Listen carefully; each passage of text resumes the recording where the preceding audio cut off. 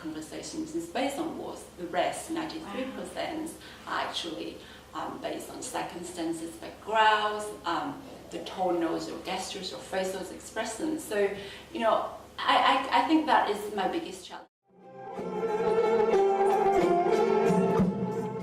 No, because one of the ethical codes as an interpreter is that I have to remain impartial.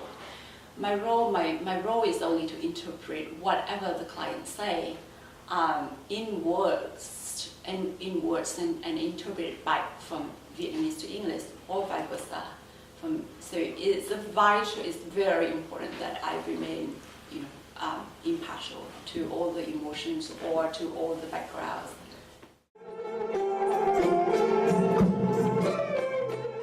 It is really difficult. You know, sometimes more, sometimes less, depends on the case and the job. But you know, I guess it will come to a point where I could switch off, but not yet.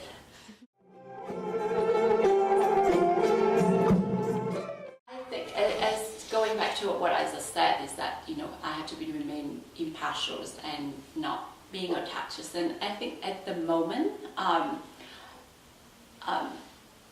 in a lot of cases where it's the inability to help people. So I can see the Vietnamese community here in Australia is vulnerable, it's diversified, it's vulnerable, they're very segregated, they're very much into themselves. They don't mix with the mainstream society a lot, and I think that created a lot of vulnerability, hence it created a lot of problems in itself because of non-communication, non-vital communication between the mainstream society and the Vietnamese community.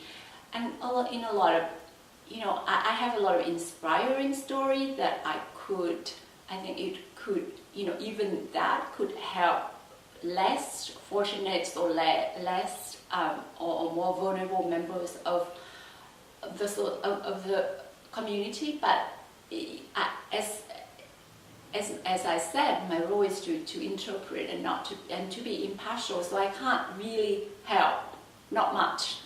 So I think that's make me sad.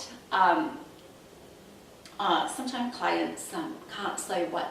Sometimes, you know, they can't articulate what they want to say. Intuitionally I get what, and culturally I kind of understand what they want to say, but they can't make it into words. And they ask me to help. They ask me to, you know, try to explain, and that isn't my job either. It isn't my job to try to articulate for them what they feel, though I sort of get it and understand it, you know, so that's hard too. Sometimes they ask me to, you know, sometimes I go to, another difficult issue is sometimes I go into job which I go into classes to learn with people and to help them interpret. They could be learning childcare, and I would go into their classes, and you know, they had so little English that and there isn't a lot of time studying, so they asked me to help them. A lot of times they just ask me, you know, we go into an exam, they just, can you just, you know, it's taking so much time to interpret it back and forth, and we're running out of time to do my exam, can you just answer it for me? And I can't do that. So that's hard to refuse people to help, even when I know the answer, and you know, but ethically I can't.